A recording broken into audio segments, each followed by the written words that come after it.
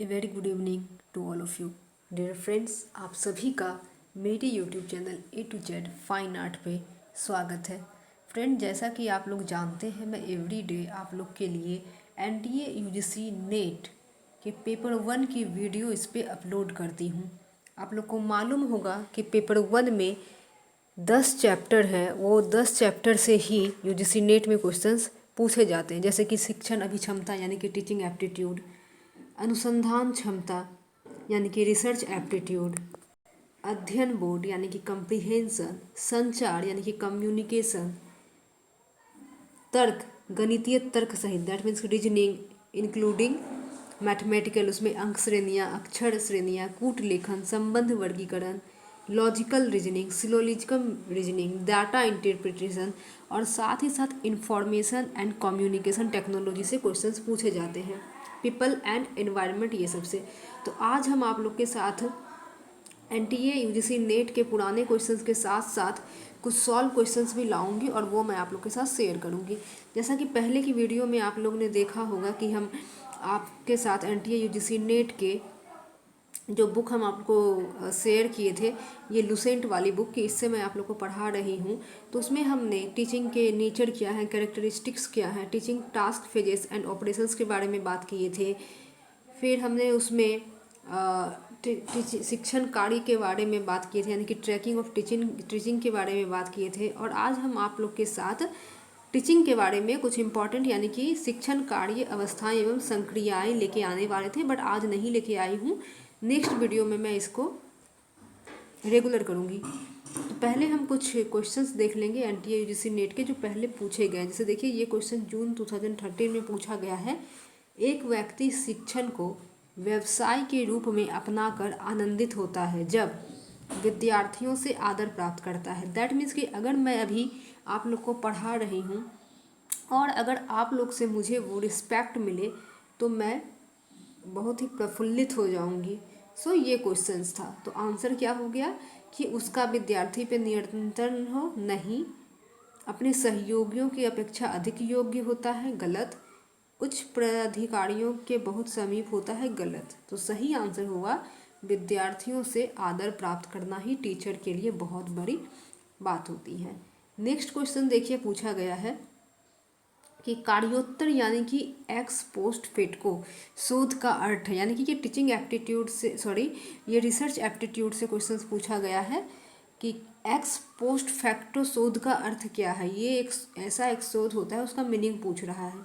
तो उसका मीनिंग ये होता है कि घटना के बाद शोध किया जाता है। कोई भी घटना घटित हो गई है उसके बाद उस पर शोध किया जाता है। जैसे कि अगर अभी हम एग्जाम्पल ले लें तो कोरोना का एग्जाम्पल बेस्ड होगा कि कोरोना हो गया, जब कोरोना हो गया, कोविड-19 हो गया, उसके बाद अभी सारे ही डॉक्टर इंजीनियर रिसर्च पे लगे हुए हैं कि इसका मेडिसिन क्या हो सकता है, इसके उपचार क्या हो सकते हैं, इसके लिए कैसे कैसे चीज़ों को लागू किया जाए कि हम इनसे बचें।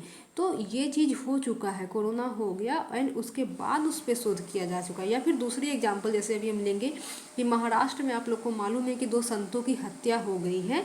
तो जो संत की हत्या हो गई, अब उस संत की हत्या के ऊपर हम रिसर्च कर रहे हैं कि उनकी हत्या कैसे हुई, कौन किए, क्यों किए। तो ये हो गया है, ये घटना घट चुकी है, उसी को हम एक्स पोस्ट फैक्टो कहते हैं। अगर हो सकता है क्वेश्चंस ऐसे ना पूछे, आपको कोई एग्जाम्पल दे दिया जाए। अभी मैं एक सिंपल एग्जाम्पल संतों का ही ले रही हूँ कि संत को एक स्थान पे, या फिर ऐसे ही सेम क्वेश्चन में पुट कर देती हूँ कि संत को महाराष्ट्र में मार दिया गया। और अगर ऐसे घटना का हम शोध करना चाहें तो वो घटना किसके अंतर्गत आएगी, एक्स पोस्ट फैक्टो के अंदर, या फिर रिसर्च के अंदर, या फिर हिस्टोरिकल रिसर्च के अंदर, या फिर एक्सपेरिमेंटल रिसर्च के अंदर, या फिर एक्शन रिसर्च के अंदर। तो इसका आंसर हो जाएगा एक्स पोस्ट फैक्टो के अंदर। तो आई होप ये आप लोग को मैं क्लियर कर दी हूँ। जब मैं आप लोग को रिसर्च एप्टीट्यूड पढ़ाऊँगी तो और भी अच्छे से सारी चीज़ क्लियर करूँगी। नेक्स्ट है, शिक्षक जब अपने विद्यार्थी के साथ संप्रेषण करता है तो डैश महत्वपूर्ण होता है। ये क्वेश्चन बहुत बार पूछा गया है, क्या महत्वपूर्ण होता है। अगर टीचर जो है स्टूडेंट के साथ संप्रेषण दैट मीन्स कि कम्युनिकेशन करता है तो उसमें क्या महत्वपूर्ण होता है, तो उसमें महत्वपूर्ण होगा तदनुभूति। क्या होगा आंसर? बी नंबर, यानी कि तदनुभूति महत्वपूर्ण होता है। नेक्स्ट क्वेश्चन है कंप्यूटर से कि एएलयू का अर्थ क्या होता है, तो बहुत ही सिंपल आंसर है, एरिथमेटिक लॉजिकल यूनिट।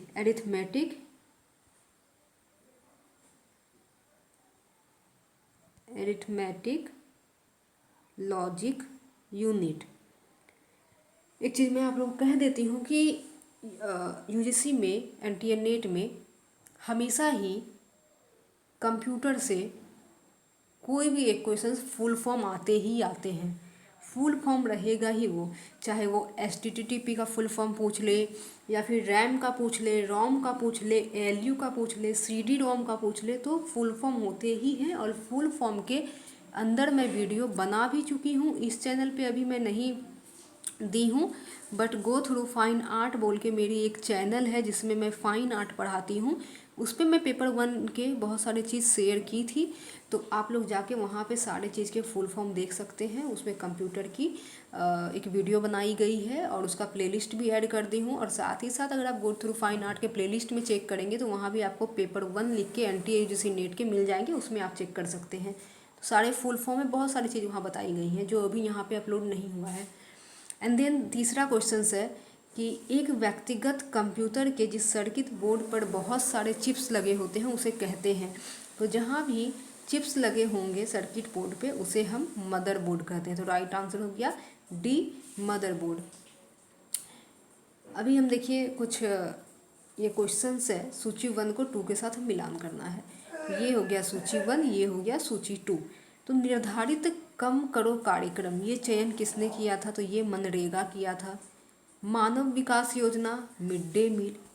सामाजिक सहायता योजना किसने किया था, तो ये राष्ट्रीय वृद्धावस्था पेंशन के लिए हुआ था।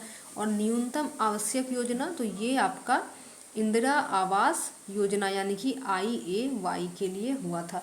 तो ऐसे क्वेश्चंस पूछ दिए जाते हैं मैचिंग में, तो इसे भी आप लोग याद रखिए। और कभी कभी इसी चीज़ को रिपीट करेगा, मान लीजिए कि इसमें से 2 को हटा देगा और ये 2 चीज़ को रिपीट कर दे, इसलिए ये सबको याद करना बहुत अच्छी बात है। देखिए आज मैं आप लोगों के साथ लास्ट में एक कंप्रीहेंसन लेके आई हूँ। कंप्रीहेंसन इसलिए लाई हूँ कि आप समझे कि कंप्रीहेंसन कहना क्या चाह रहा है, उसमें किस तरह से क्वेश्चंस पूछ रहे हैं। अगर आप इसे कंप्रीहेंसन को अगर आप घर में ये करते हैं, बनाते हैं, सॉल्व करते हैं, तो इससे एक इम्पॉर्टेंट बात यही निकल के आती है कि आपकी प्रैक्टिस होगी। और जब प्रैक्टिस होगी तो जो कंप्रीहेंसन आप 15 मिनट में सॉल्व करते हैं वो कंप्रीहेंसन आप 12 मिनट में सॉल्व करने लगेंगे। जो कंप्रीहेंसन आप 12 मिनट में सॉल्व कर रहे हैं वो 10 मिनट में सॉल्व करने लगेंगे। और अगर पैसेज कभी कभी लंबा आता है, अगर पैसेज मान लीजिए कि बाई चांस छोटा पैसेज आ गया, तो मैं आप लोग से कह सकती हूँ कि अगर आप 10 से 15 पैसेज एग्जाम के पहले सॉल्व कर लेते हैं तो आप पैसेज को 8 से 10 मिनट में ज़रूर सॉल्व कर लेंगे। आई नो कि 10 मिनट ज़्यादा है क्योंकि 5 क्वेश्चंस आते हैं, तो हम 5 मिनट से ज़्यादा नहीं ले सकते हैं। बट फिर भी जो पैसेज है या फिर DI है उसमें अगर आप थोड़ा सा समय ज़्यादा लेते हैं तो कोई गलत बात नहीं है, आप उस चीज़ को नेक्स्ट जगह पे मैनेज कर सकते हैं। जैसे कि मान लीजिए जहाँ पे डायरेक्ट क्वेश्चंस पूछा जाता है कि HTTP का फुल फॉर्म क्या है, या फिर रैम का फुल फॉर्म क्या है, या फिर रैम क्या एक वॉलेटाइल मेमोरी है या नॉन वॉलेटाइल मेमोरी, तो वहाँ पे आप इस चीज़ को, इस समय को मैनेज कर सकते हैं। वहाँ पे आप 2 सेकंड में उसकी आंसर दे सकते हैं। और आजकल तो गोला करना भी नहीं है, जाइए वहाँ से उठाइए और आंसर लिख दीजिए, हो गया। पेंसिल से गोला भी नहीं करना है, तो वो भी एक अच्छी बात है कि टाइम थोड़ा तो बचता ही है। तो इसको आप स्क्रीनशॉट ले लें इस पैसेज को, और इस पैसेज को बनाइए और बना के मुझे कमेंट कीजिए और मैं इसका आंसर आप लोग के साथ दूंगी। तो वो पैसेज था और ये आप लोग का यहाँ पे क्वेश्चन है। पहला क्वेश्चन है गद्यांश का केंद्रीय भाव निम्नलिखित में से किस कथन में है। स्क्रीनशॉट लेने के लिए मैं थोड़ा टाइम दे रही हूँ, या फिर वीडियो को आप डाउनलोड भी कर सकते हैं। दूसरा क्वेश्चन है इस गद्यांश के आधार पर कौन सा कथन उपयुक्त है। तीसरा क्वेश्चन है अंतिम बार टैगोर का दर्शन करने पर लेखिका को विषाद क्यों हुआ। चौथा क्वेश्चन है और आज का अंतिम क्वेश्चन है इस गद्यांश में लेखिका पाठकों को क्या बतलाना चाहती हैं। तो जो भी आप अभी गद्यांश पढ़े हैं, इस गद्यांश को पढ़ने के बाद लेखिका इसमें क्या कहना चाही है ये आप लोग को बताना है। और देखिए आंसर शीट अभी आप लोग देख ही लिए हैं, बट आंसर मैं ये रिवील नहीं करूँगी। अगर रिवील करूँगी तो आप लोग सीधा सॉल्व नहीं करेंगे और आंसर भेज देंगे कमेंट में, इसलिए मैं आंसर सॉल्व नहीं कर रही हूँ। आप लोग खुद को जज करें, इसे बनाएं, सॉल्व करें इस पैराग्राफ को, और उसके बाद आप लोग कमेंट में मुझे बताएं कि क्या इसका आंसर है। मैं दूसरे वीडियो में इसके आंसर आप लोग को ऐड कर दूंगी। जब मैं फिर से टीचिंग एप्टीट्यूड पढ़ाऊंगी तो मैं वहाँ पे इसके आंसर रिवील कर दूंगी। तो 4 क्वेश्चन है, 10 मिनट लगेंगे, ज़्यादा लंबा पैसेज भी नहीं है, 30 से 40 लाइन है, तो इसे अच्छे से पढ़िए। 30 लाइन है आई थिंक। और फिर नेक्स्ट मैं आप लोग के साथ जैसे वीडियो लाते रहती हूँ, जैसे कि ये हमें आप लोग को बताना था कि शिक्षण क्या होता है, टीचिंग क्या होता है, ये मैं आप लोग के साथ pre active phase, interactive phase और पोस्ट एक्टिव फेज के बारे में बात करूँगी।